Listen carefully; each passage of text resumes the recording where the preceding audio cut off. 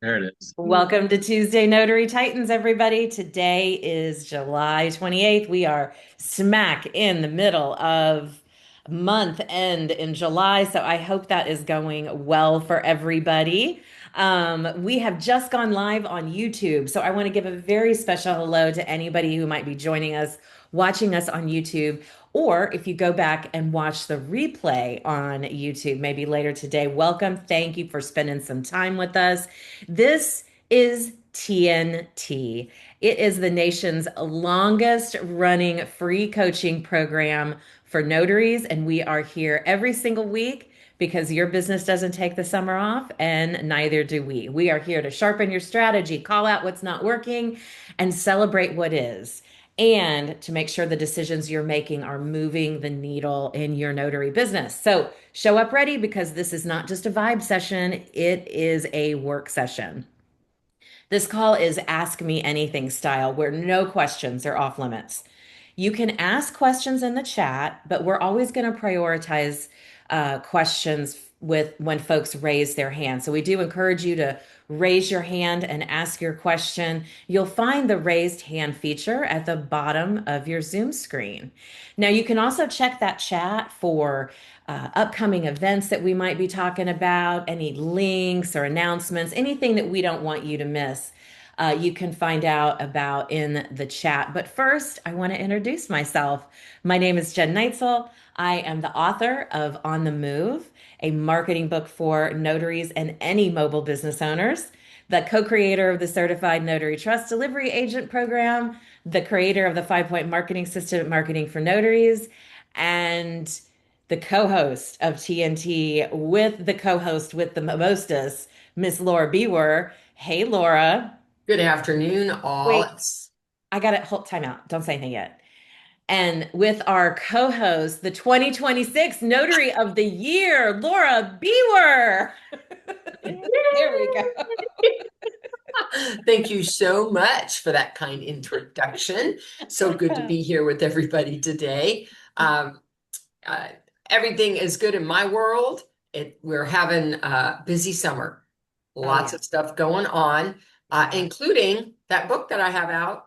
Yep, let's hear about it. So if you are doing hospitals, hospice, homebound signings, the compassionate notaries, the field guide, I wish I had for myself 20 years ago when I started those kinds of assignments.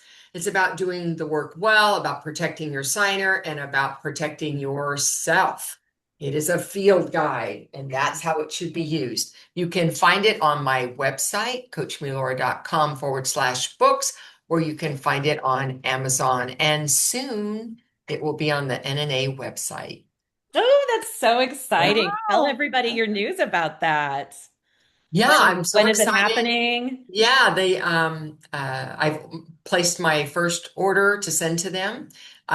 They're building the little slot for it to go on their website now. So it'll probably be a few weeks and it'll be there. So So I'll announce sweet. it when it's there. Yay. So proud of you for Yeah. that, Laura. That is really incredible. So if you guys don't have her book, The Compassionate Notary, the link's in the chat. Please just do yourself a favor and go buy it. It is fantastic. And if you are looking for a marketing plan, I've got the book for you. It's called On the Move, the Relationship Driven 5-Point Marketing Solution for Mobile Business Success. You can find it on Amazon at the link in the chat. Now, we've been talking for the last definitely over the last month about some suspicious inquiries that are coming in to notaries across the country. And they appear to be coming from the Find a Notary website or signingagent.com website. Both of those are managed by the NNA. And they have asked us to pass along to you a reminder that if you see any of that suspicious type of activity where you think it's not really a notary request, something isn't quite right, and it came from either Find a Notary or signingagent.com, please fill out the form in the chat and let the NNA know. They need this information to continue to identify the patterns and take appropriate steps to reduce the misuse of that platform. So thank you for helping them with that. And let's talk about some upcoming in-person events because I know we all love getting together with our notary friends. The first one is a state Jen, sponsored. Yeah. I'm just going to stop because I know this is the one coming up here. Is that could we say hi to Matt?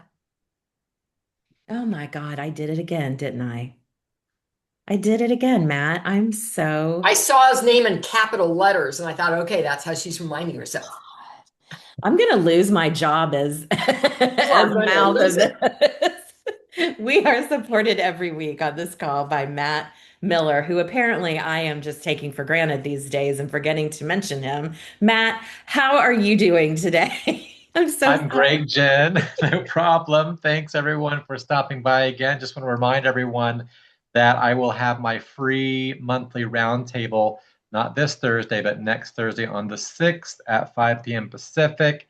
It is free to attend. I'm going to drop the link in the chat right now.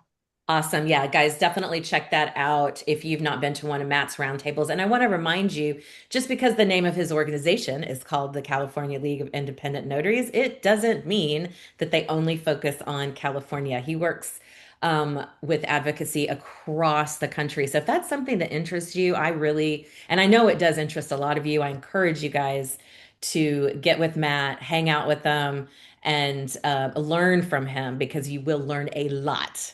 So, Matt, I'm gonna do better. I promise.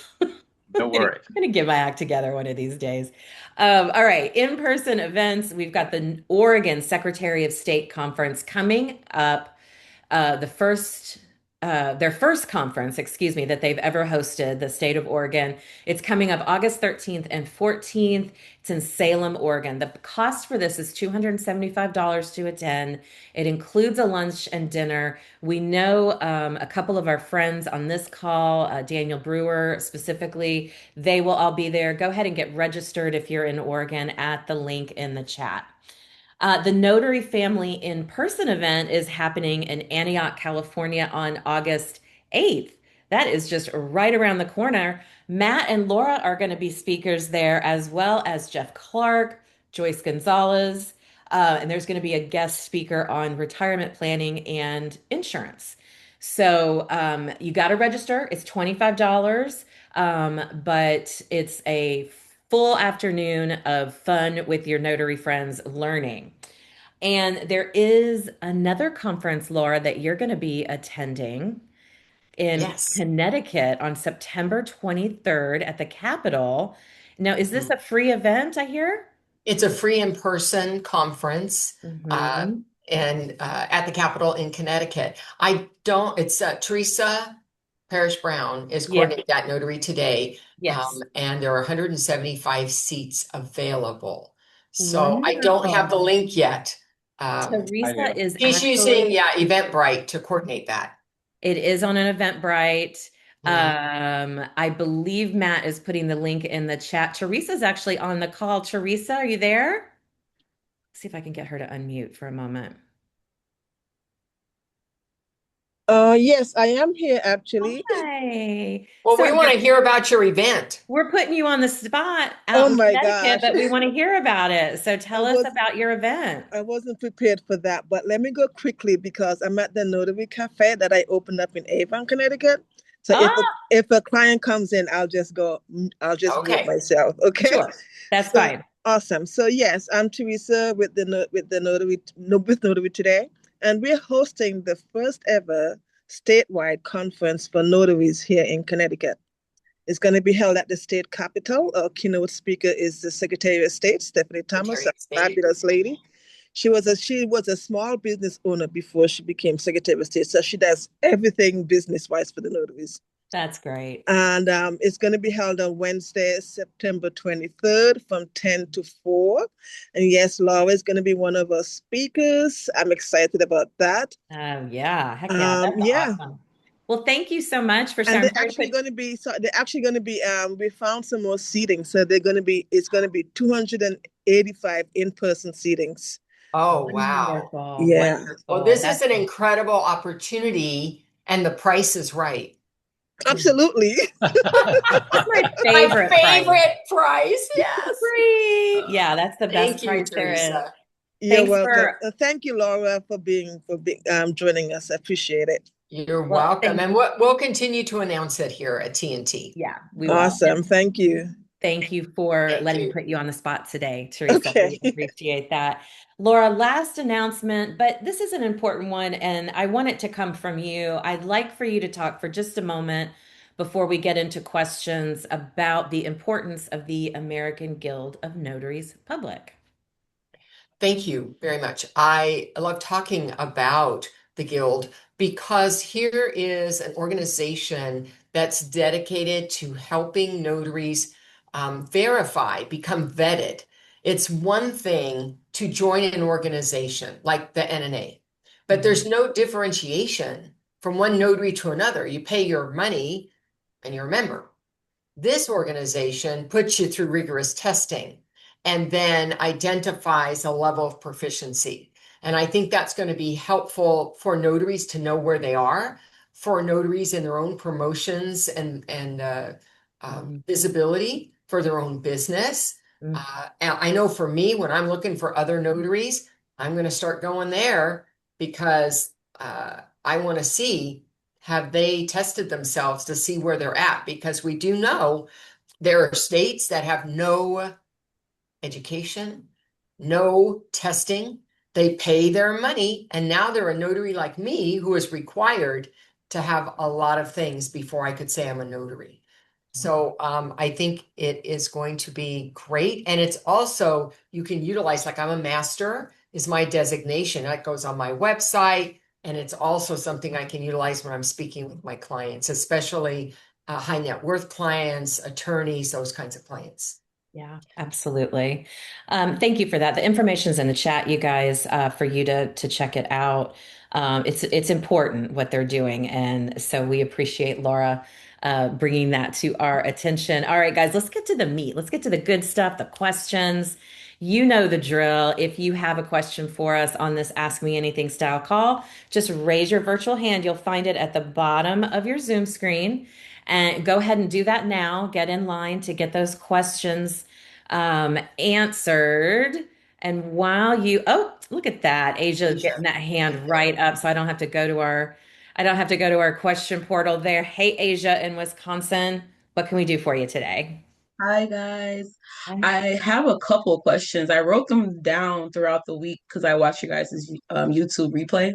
So I have Mhm. a couple questions. But one important question I have, I had a loan signing this weekend, and the signer in the beginning, he signed with his signature, just like a scribble scrabble.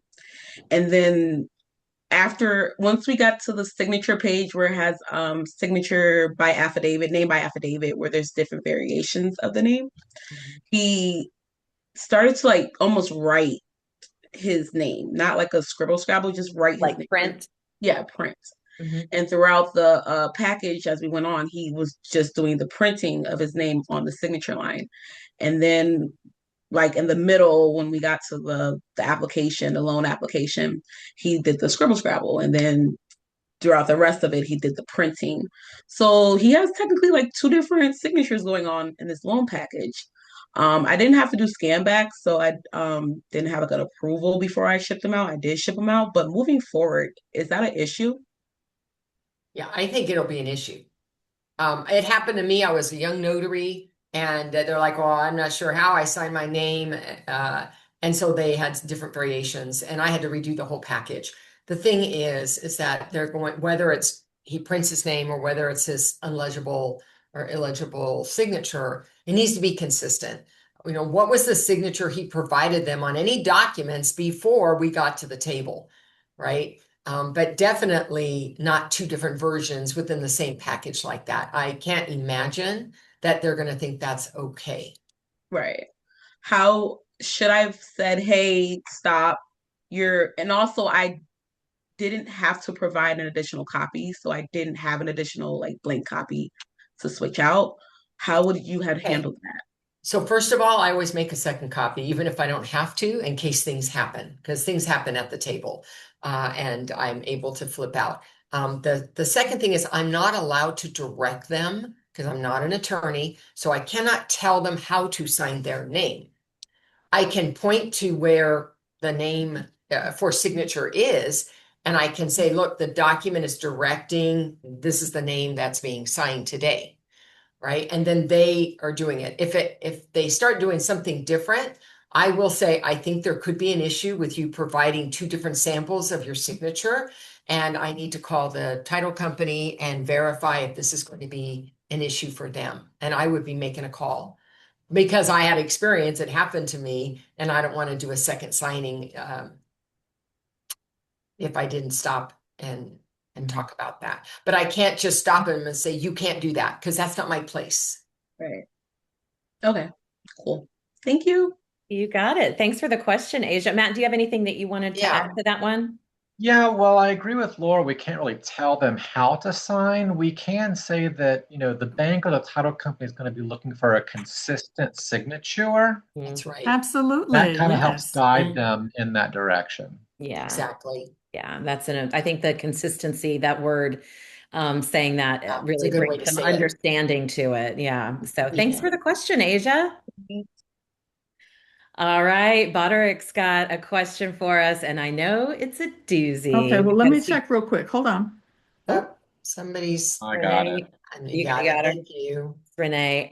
So Boderick, I know that your question is a doozy because he texted me today and said, you might want to look this up. And what did I do? I forwarded it to my expert on hand, Laura Biewer, and said, So this is what we're going to talk about today on TNT. on TNT. So let's let Boderick answer the question or ask the question. Okay, go ahead. So everybody knows.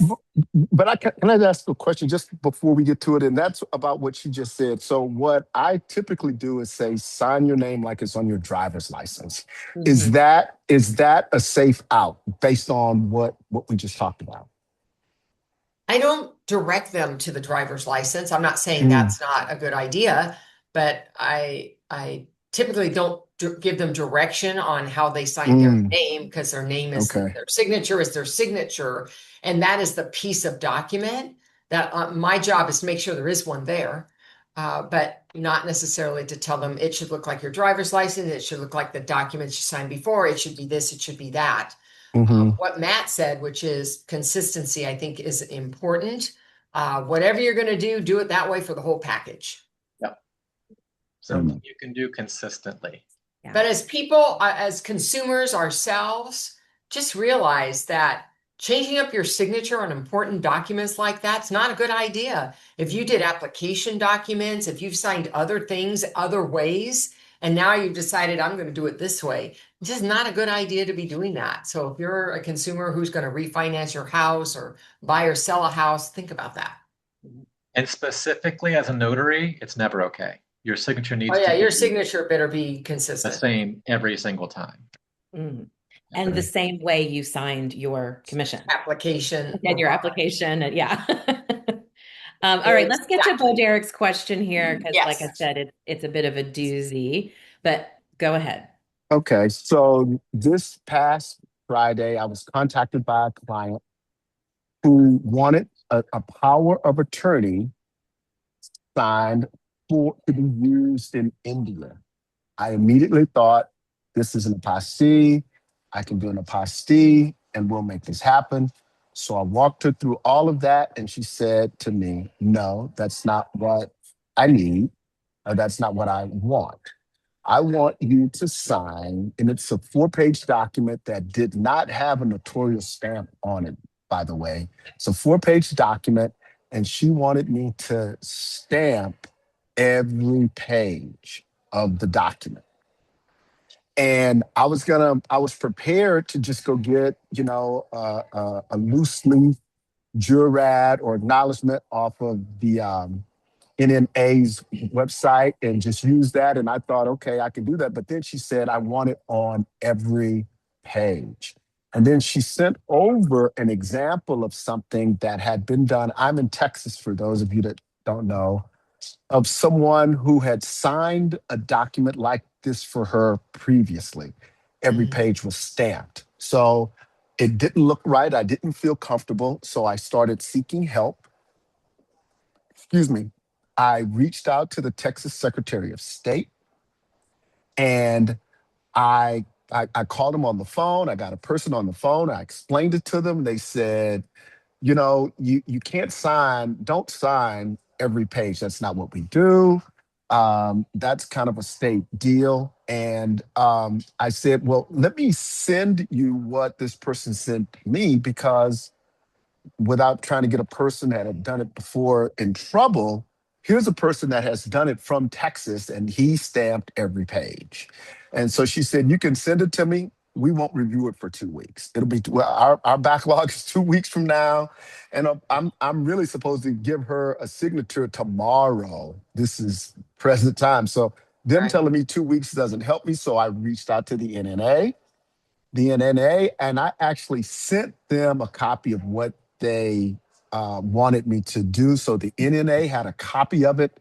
They looked at it, and they said countries like India, even though they are part of the Hague Convention, some countries still want every page stamped.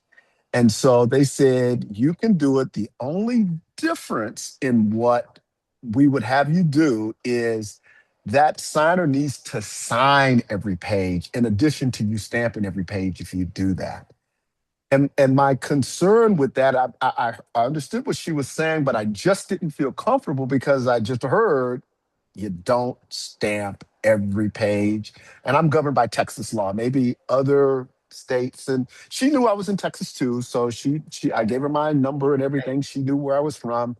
She said it was okay. I didn't feel comfortable with it. And so I've been working with Diana Hansen on this as well. And she has an attorney, some attorney contacts in the Secretary of State's office. We haven't been able to get them on the phone to at least kind of guide us here. And so, Well, you got the goat yourself to help you answer it so now. I'm looking for Okay. help here. Yeah, let's see, Laura. So Let's yeah, go I've with it. had these, and they're very Oh, good. insistent.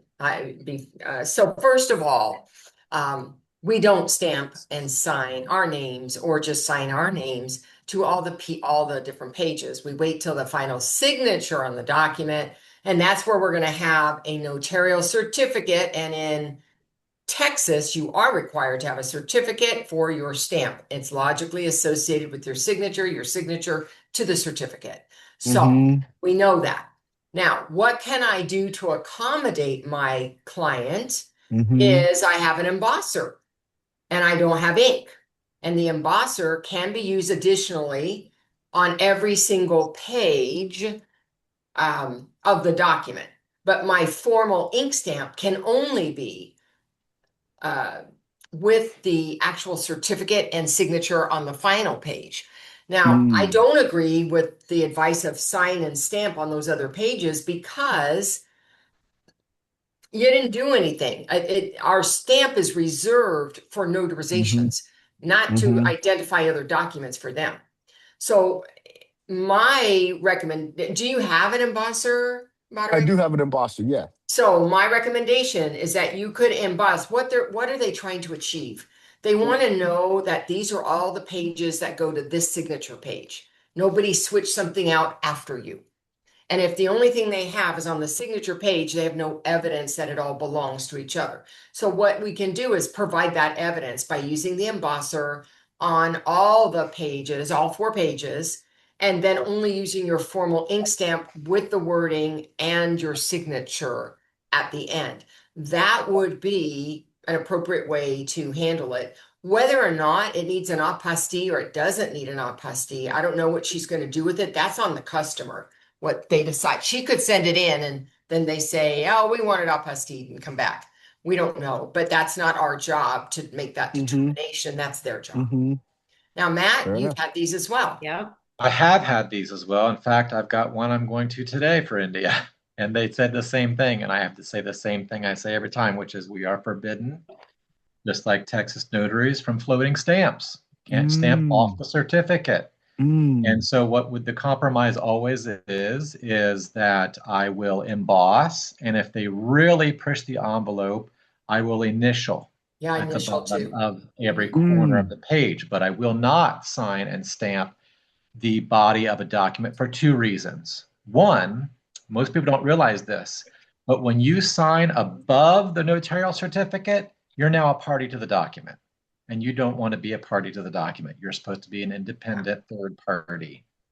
The second reason is while India is finicky, sometimes they want documents apostilled, sometimes they don't want them apostilled, but you never know, right? Like Laura said, she could take that document, send it over, they send it back and say, I want it apostilled, and then she's going to take it to the Secretary of State's office. And you don't want the Secretary of State office to catch you applying floating stamps because they can fine you for that. So you have to notarize every time like the camera's rolling, right? Mm-hmm. Because you never know who's going to see that document down the road. So no floating stamps. I'm sorry, Broderick. Oh, I'm not sorry. I want to do the right thing here, so it's no problem. So the other thing is where the NNA said have them sign every page. I don't need to have them do that either, then, because Not with I'm the not putting unless a embossed. the stamp. unless the receiving party wants that, and I've seen that on India Yeah. Docs before. So if they want to do Mm, that, that's fine. That's up to them. Yeah, okay. I've done their initials, my initials, and an embossment Mm. on the pages, and that seemed to do the job. And I do want to just tell you guys that, 50 different states. Montana, this suggestion doesn't work. You don't use an embosser in a state of Montana, right? So remember what your own state rules are. Always, I think in always. Montana they do a fan stamp. Yeah, they can do a fan stamp, which we cannot in California. So How are you feeling about the answer to this question? I feel better because Good. I had reservation about stamping other pages, all of Yeah, the yeah. pages. Yeah. And This is why you invested in that embosser, right? This is absolutely. what that's for. Now you know. The yeah. I'm more glad I you did. the more you get into international document service, the more you're going to find countries ask for weird things. And that's because Mm, that's what they can do in their country. hmm. But you have to stick to what your law allows you to do. Exactly. And if it takes explaining it directly to them, or sending a page of your handbook, or actually citing the statute, do that because then that's going to make you stand out as the expert and they're going to come back to you again and again. Yeah. Fair enough. Yeah. Thank you for Thank you. asking that. Thank Great you. question. Thank you so much for bringing that today. We appreciate it. All right. Rochelle in Washington has a question for us. Hey, Rochelle. Hello, everyone. Um, my question is, I work with one of my platforms and they sent out this monthly newsletter, and it says that if I do a signing and the lender is Freedom Mortgage, I am to send back all three right to cancel forms, notice of cancel. So the people, clients, signers, do not get their two copies. What about in their copy of the file? Wouldn't they be in there when you leave with You them? didn't do a second copy? Yeah, second printing. Well, there's three documents, the right to cancel, there's three of them. And I know in Texas, I'm assuming it's the same in Washington, you've got to leave of the original three, you need to leave two with the signers if there's a husband and wife. If it's Right. only an individual, it would be two documents they give you. So for a husband and wife, you've got three, one for him, one for her, and then you return the third one in the sign package for funding. They want original signatures on the right Yeah. to cancel in case they exercise that option and Right, but not they're have it. telling me not But to they're leave any of them. right. And so we're asking you, did you have a second package? Did you have a duplicate package I there? haven't done one yet. So that's my question. What do I do? Because then Well, in the I don't, duplicate package, there would be obviously three more, okay, and those are the ones that they'll get. Yeah. okay. Just have them fill them out. Don't leave them blank. Those extras. Yeah, so you're gonna basically at that point you're gonna be signing five Six. because Six. you need to return three, I guess, and then you leave one with each of their signatures with them. So you would just print out more copies of it basically in your secondary package there. Does that make sense? Yeah. Yeah. I'm I don't like, know why wow. I don't know why Yeah. they do that. I don't know why. Well, and I've had packages now, this is going back a ways where I had seven, eight of them. Yeah. And they said, leave one for each, send all the rest back. Yeah, it gets I really don't care how tricky. many you want. You can have them all, but they get two, one Mhm. for each of them. Yeah. Thank you That's for what that. we're, That's a good reminder, Rochelle, on those forms here in or in your state that they do need extra copies. Does that answer the question for you? Yeah, and I remember back in the day, during COVID and all that, that we had to initial on the day you were signing, and then on the day that it would, you have until like Mhm. today, 3 business days, yeah. three Yeah. business days, we had to initial off. Do people still do that? That was never consistent. First of all, it's by Okay, package, by title, by lender. okay, So there, you may still see it happening. okay. If they want Because I it, went, yeah, because I went back to work for 2 years and then got back into this crazy world, and I stopped doing it. So that's why I was just wondering if I was kind of getting a little consensus of so, but my friend still does it. I'm like, oh heck no, I don't do that. No. Uh-uh. No, they'll let you know too, because they'll kick it they're back and like, say we need no, it. Yep. no, tell Hasn't you. happened yet, so I guess I'm safe. Well, there you go. Yeah. You would have heard about it by No But now. news is good news. I would like to just touch on something that Rachel's talking about for everybody. And that is when you get a package, look to see if they have a notary instruction sheet. Look in your confirmation if they don't have anything there. That might tell you some specific instructions they want you to follow, such as ink color, initialing in certain places. How many, right to cancel should be going to the signer. If you have to have a second copy, all of these special instructions should be found either in the confirmation and or notary instructions. And she's talking about notary instructions and whether or not these are things that she should be doing. So if for those of us who are doing real estate closings, we want to make sure we're reading those documents Yeah, very because important. even the same lender might have different packages, different kinds of packages, and one package requires and one doesn't. Mhm. Yeah. So it's Thanks for the important. Thank you. Thank you for the question, Rochelle. Matt, did you have anything you wanted to add? Oh, No. I thought you were giving me the look. Sorry. Asia's back with another question. Hey, Asia. Hey, I told you I have a list of questions. So this is Okay. a marketing question when I watched your marketing video over again. Okay. What is not what is CRMs? I don't have one. What is the Okay. importance of CRM? What should I be putting on a CRM? What am I like? What's the purpose? Okay. So a CRM, what she's talking about is a customer relationship manager. It is a database, a house to store all of your contacts information, whether that's a client contact or a prospective client, a prospect. It allows you to keep in touch with folks without sending out individual emails. You can kind of send them out in bulk. Most of them allow you to publish your social media across all platforms. It allows you to keep notes on your clients because when you're managing a thriving notary business with lots and lots of customers, you can't rely on this to remember everything. So, being able to keep notes and everything all in one place is unbelievably helpful. And I would argue that having a CRM is business critical if you have any intention of scaling your business. Um, it is absolutely something you should look at. Now, I'm going to assume the next question is who do we recommend? Yeah, Who do we recommend for it? for a So CRM there's platform. Yeah. there's so many different platforms out there. You can just search, you can go for a Google search like, customer relationship managers or CRMs, and you're going to get a whole list, a slew of them. They all have a free program to introduce you. But if you want the social media add-ons and that kind of stuff, you'll need to upgrade. It is worth paying for if you want to scale your business, period. Um, So like an uh, Excel sheet would not be. in the beginning, that's fine, but you're going to get to the point where you have too many customers and too many Hard to prospects to manage. manage. And it's going to become, you're going to be spending a lot of time in the age of AI where they can come in and, help you do everyday tasks. You're going to be doing data entry stuff. Wouldn't it be great if you had, like, do you have a box of business cards that you need to like put in your Excel spreadsheet? Yeah. Yeah.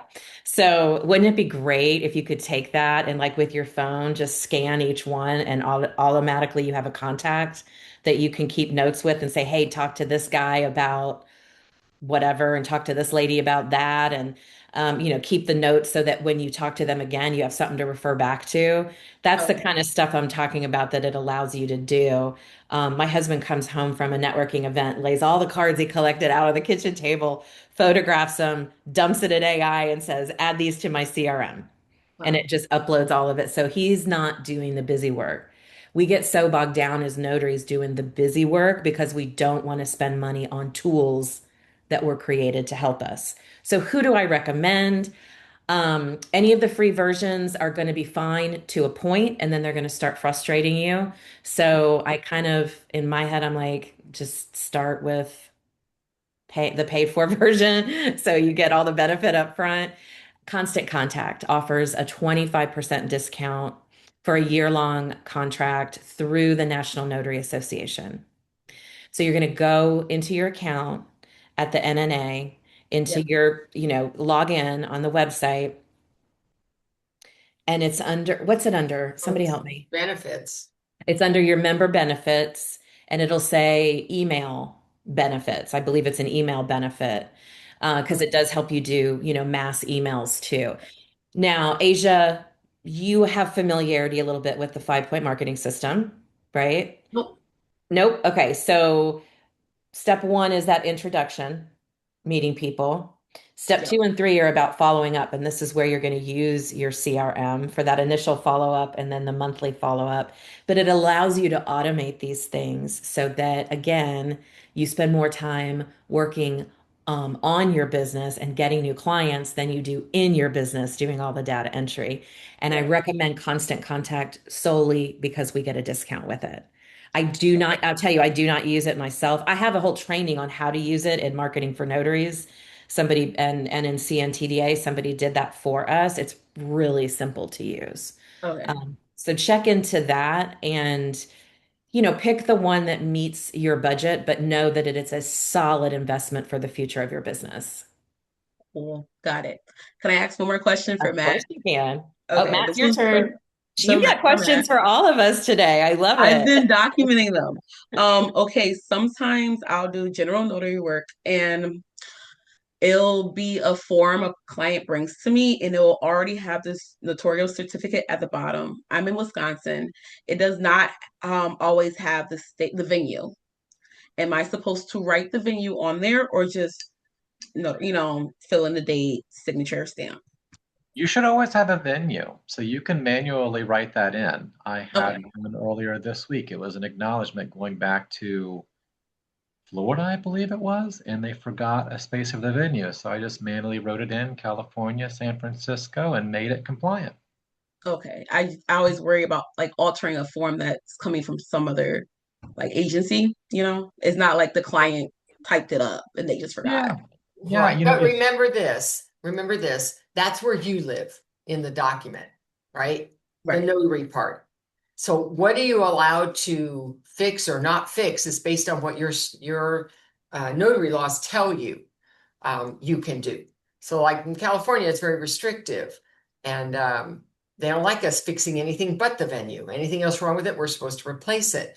So you always want to look back to, say, in your case, Wisconsin requirements, your Okay. Wisconsin, Yep. yeah, Wisconsin requirement, to make sure, do they have a sufficiency description that says, at minimum, these are the elements your certificate must have to be appropriate, right, to be legal. And if you see venue as part of that, then you've always got to Okay. have a venue there. And that if it Okay. isn't correct, you're going to need to fix that venue. And you can fix that right on that certificate so you don't have to replace it if that's the only issue. Okay. Again, there's a lot of states on here, so I just want to make sure everybody is aware that uh, you should have some direction from your statutes about your certificate. Sometimes it says these are recommended certificates. Yeah. Sometimes they're codified certificates like California and Florida. I don't know if there's any that don't give you anything, but there could be. Ah, Leslie, yeah, Michigan. Great. Thank you for being the example today. That they don't give them anything, but there must be some like a minimum number of pieces of that certificate to create a notarial attestation. Okay, It Right. is, it is Leslie? literally, it is, they sign, you stamp, you date, you're done.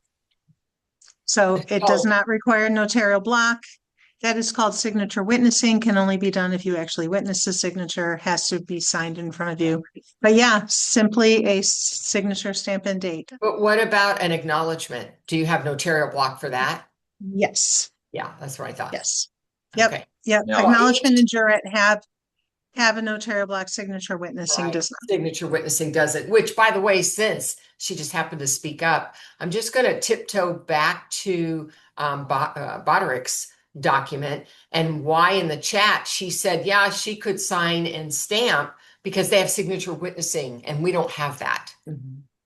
Texas does not have that either. Yeah. But just But to now, Matt, yeah, I know you wanted to add. wait, just so you have clarification, Asia, Wisconsin statute 140.15 says that it should include jurisdiction, which is state and county, notary signature, date, title of office, and expiration date, and of course your stamp. So there you go. Go. I always thought it was if I was providing the loose leaf, not them giving me a form already on there. But that makes sense. That makes sense. Yeah, you only have to come up with that if what they provided you is not usable. Or And if you don't want to correct, you always have the option to then you can replace. replace. But we start with what's provided to us first.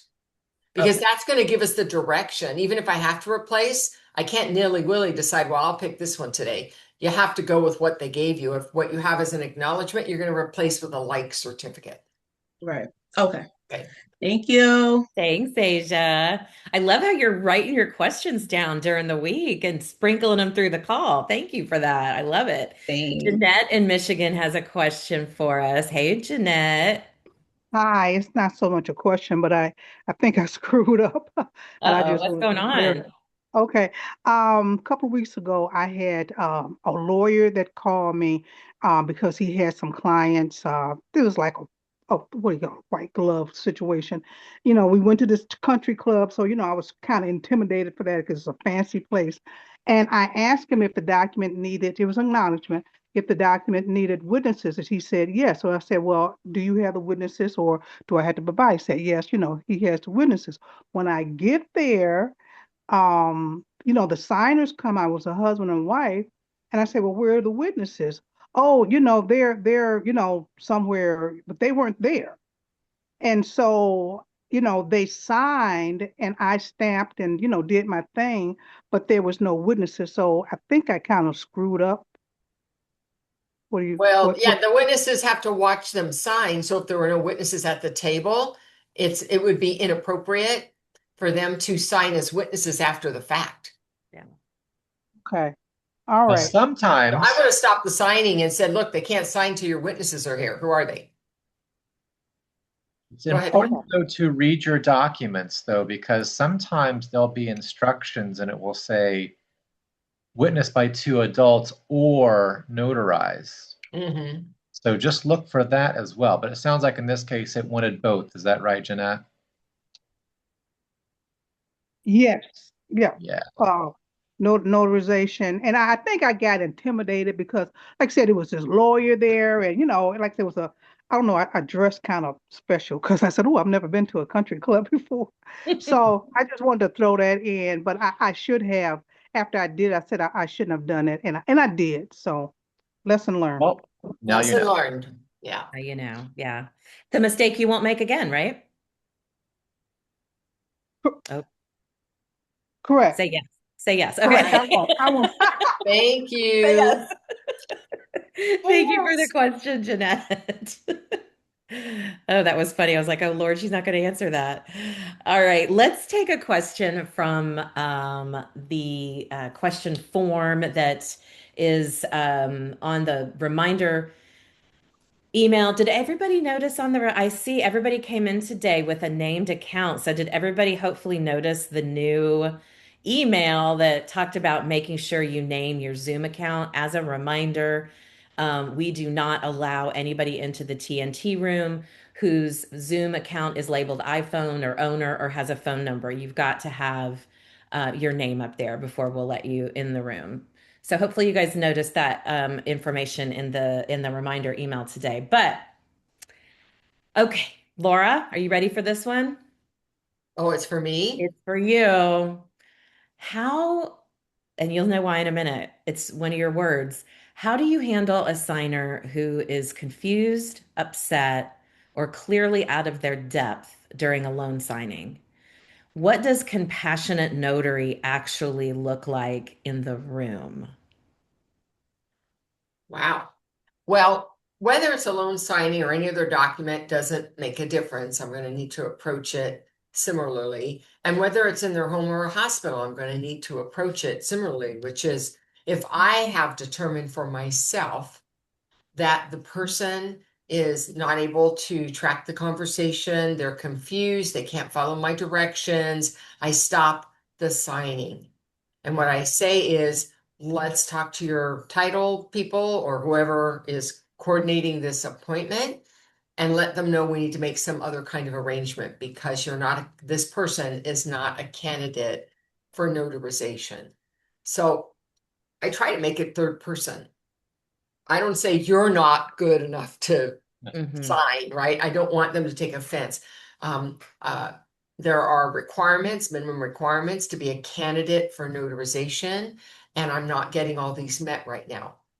So I don't know why they're in the state they're in. Maybe it's temporary and I just need to come back and do it again at another time or date.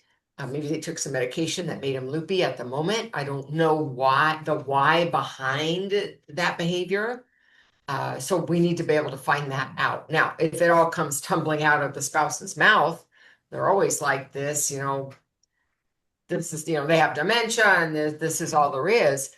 Again, I'm going to stop the signing and say, I'm going to need to talk to the title people and see what options are available. I don't need to say, well, this ain't happening, right? Let the title company tell them that. Exactly. Yeah, they're the ones that initiated that signing anyway. Matt, do you have anything that you wanted to add to that, maybe?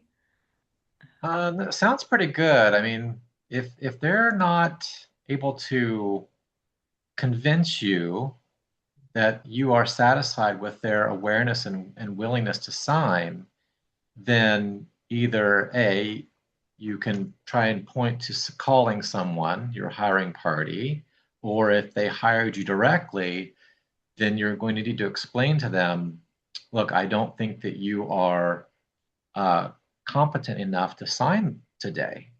Yeah. Because I've had these experiences where I've met with people one day and they are perfectly competent and ready to go. And then you meet with them several days later and they can be a completely different person. And then you meet with them again several days after that and they are back to being competent. So just because it might be no right now doesn't mean it's no ever. Mm-hmm. Oh, Right. that's great. Great Because it advice. could be a temporary problem. They could have some kind of Health crisis. You don't medical, know. yeah, health crisis that Could be isn't obvious medication. on the outside. It could be a Yeah. medication. It could be anything that doesn't say stop, or it says stop, but it doesn't say never go again. Right. Yeah. Yeah. Yeah. Great advice. Thank you guys. Olivia here in Dallas. Hi, Olivia. We had lunch last week. How are you? What can we do for you? I'm doing great. Thank you. No, lunch was fabulous. It was so good. And the conversation was wonderful. I wanted to ask, I thought I saw somewhere in this, or maybe it was another thing, that whenever a person in Texas, whenever a person can't really write, they know what's going on. They just can't really Yeah. write their name.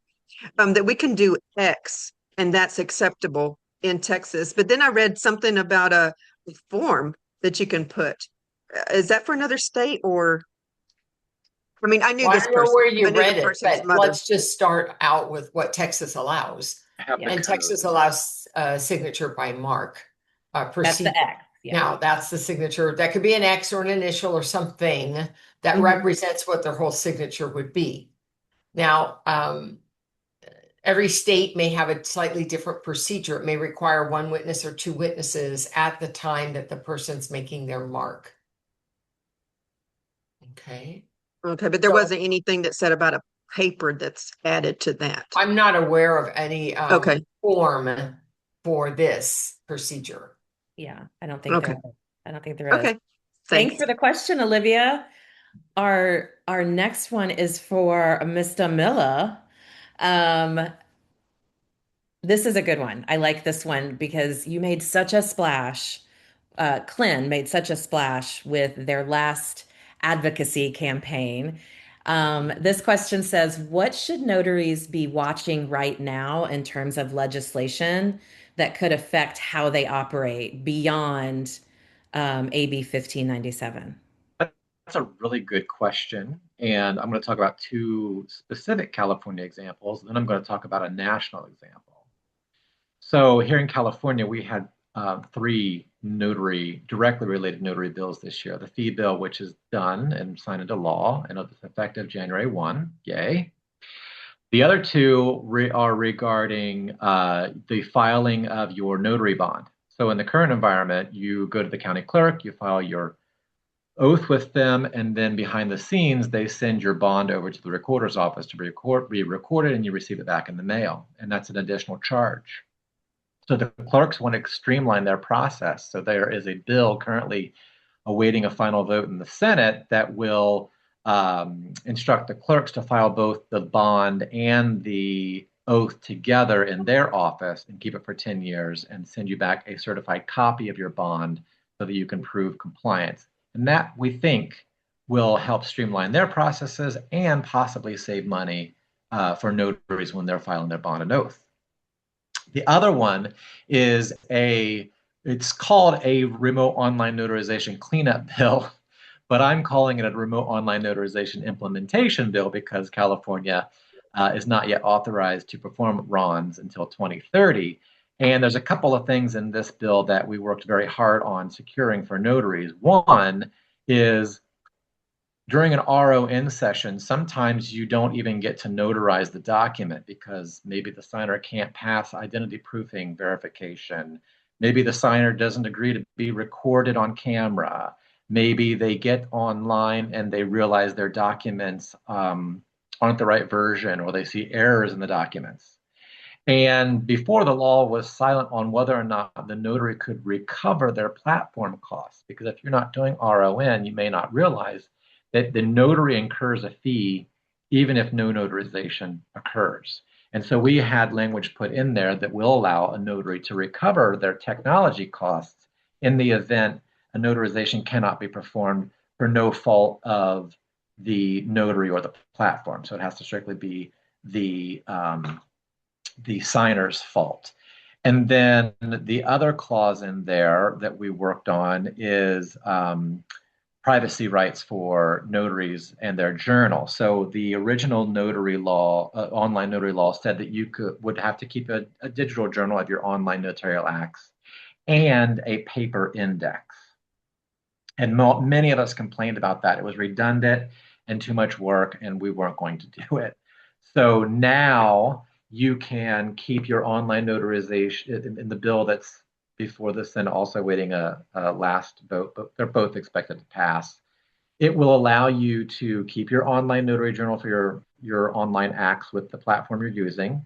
And then you can just make an entry in your electronic journal if you're using one. So you'll have the option. You can either keep a paper index or add them to your e-journal that you're using for in-person acts as well. And we really liked that idea because a lot of platforms are working very closely with the e-journal providers to help them talk together. So this would just kind of happen in the background for you, reducing all of that extra busy work. So those are the two bills I think California notaries should be watching, and they are AB 1977 and AB 1828, respectively. Now, on the national front, deed fraud. Deed fraud is not going anywhere. It's always becoming a bigger, badder monster, and we're trying to tamp it down. And so far this year, 2 states have passed laws to help combat deed fraud. the most impactful, I would say, would be Arizona now joins California in the mandatory collection of thumbprints in your journal, particularly for real estate related documents. And also, Virginia set up mandatory journaling for in-person acts. They already had it for online notary acts. And we think that a lot of states are going to start copying the states that are kind of ahead of the edge on this, particularly California, because everyone's scrambling and looking for ways to combat deed fraud. In fact, two other states, I can't remember them off the top of my mind, but two other states this year rolled back their RON laws, which used to allow you to notarize for a signer anywhere on the planet. Now that signer has to be in the United States territory. Yes. So you're seeing that we're going to have to adjust some things to help combat deed fraud, because not only is this very harmful for individuals or signers, but it's also very harmful for notaries because it's people are being impersonated and having their seals used without their authorization. And even though notaries have so far been able to prove their innocence, that doesn't come without the time or cost of an attorney, right? So even if you're innocent, it's still an inconvenience for you. So we gotta watch out for these things. I currently sit on a committee with Universal Law, the Uniform Law Commission, and we've been working this whole year on a model law to help address deed fraud, which should be available next summer. So you're going to see some changes coming because a lot of this has to do with the Office of Notary Public and the function we perform. So that one I'd be watching nationally and see where you can help chime in your state, because sometimes people come up with these great ideas that aren't always exactly practical in the real world, and you can help shape them and hone them so that they are practical in the real world. So that's what I'll be watching right now. Yeah. Matt, Leslie asked which state changed the law to be U.S. only. I don't have it in front of me, but you I don't will remember? let you know. Yeah. Okay. 2 states changed this year. All right. And then the other thing I just want to follow up to what Matt said towards the end there nationally is that with this deed fraud. So what kinds of legislation do you think we might see to combat deed fraud? It's going to be restrictive, right? They're going to claw back things. They're going to add more requirements. They're going to strengthen identity laws. These are the things that I would look for. Yeah. As it relates to deed fraud, whatever your state. Excellent point. Yeah. Yeah. Excellent point. All right, guys. It looks like we have one more question. Thank you, Matt, so much. That was a great summary. And you didn't even practice. It was like you were delivering your quarterly update for us. But It's Rochelle's just got in there now. I know, yeah. It's just who you are now. Rochelle's got one last question before us before we wrap up today. Rochelle, what can we do for you? I got a gal who just called me, and I was supposed to notarize her IRA application, and she's not comfortable with the company. They're like pressuring her, and she keeps asking me, "What do you think? What do you think? What do you think I should do?" And I'm like, I'm the notary. I'm like, I am not going to have you sign when you're not comfortable. And I don't know what to do in this situation. I've never had this before. Because I it's like over your gold. answer. I like your Over answer. And gold. I probably would have said the same thing, Rochelle. I probably would have said, if you're asking me, that tells me you're not comfortable, so I won't notarize. Okay. Right? Just kind of put a line in the sand real quick. Laura, what do you think? Well, yeah, I agree that if the signer doesn't sound ready or comfortable or understanding what they're doing, these are all reasons for me to say no. But I am thinking about the questions she's throwing out, which happens to all of us, which is, what should I do? What do you think I should do? I think you might need to get advice from an attorney. I think you need to get help from somebody else, or whoever it is you're throwing them out to. Now, I have a lot of resources. The word isn't always attorney for me. Sometimes they're a senior and it's a legal aid that I'm associated with. Sometimes it's an attorney that I have a contact with. Sometimes it's a government office, right? So it doesn't always have to be an attorney, but here's what the thing is, it's outside of you, right? Send them away to go get that advice from somebody else because you don't want them saying, well, the notary said, because that's what's going to bite you in the butt. Yeah. Well, yeah, because the platform reached out to me to schedule a time with her today, and she didn't even know I was coming. Yeah. So yeah, you did the right thing. And sometimes you just have to literally tell somebody, I legally am not allowed to answer that question, and that will shut them up too. Like I've had to say that to people before, like, because people will push you. They're trying to get something for nothing, free advice, and they're not realizing they're asking you to sacrifice your commission. They don't realize that. But that's a great question. Thank you for bringing that up today. And that brings us to the end of another awesome TNT. You guys know the drill. Immediately after this call, there is going to be a survey, and I would really appreciate it if you would fill that out for us. We read those and take your feedback about this call into consideration because this is your call. And as I do every week, I'm going to turn it over to Laura to close us out with a great motivational quote. Here we go. A successful notary business isn't created by chance. It's created by showing up with competence, confidence, and compassion, and the courage to do today what others keep putting off. Wow. Yes, ma'am. Have a great week, everybody. Bye. Took us to church today, Laura. Amen. Hey, Jen. Yeah. I just want to say, and Matt and Laura, thank you guys for having replays. I appreciate it for busy people like me.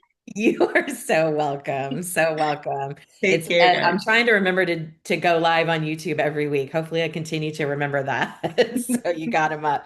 Have a great week, Asia. Take Bye. care. Bye.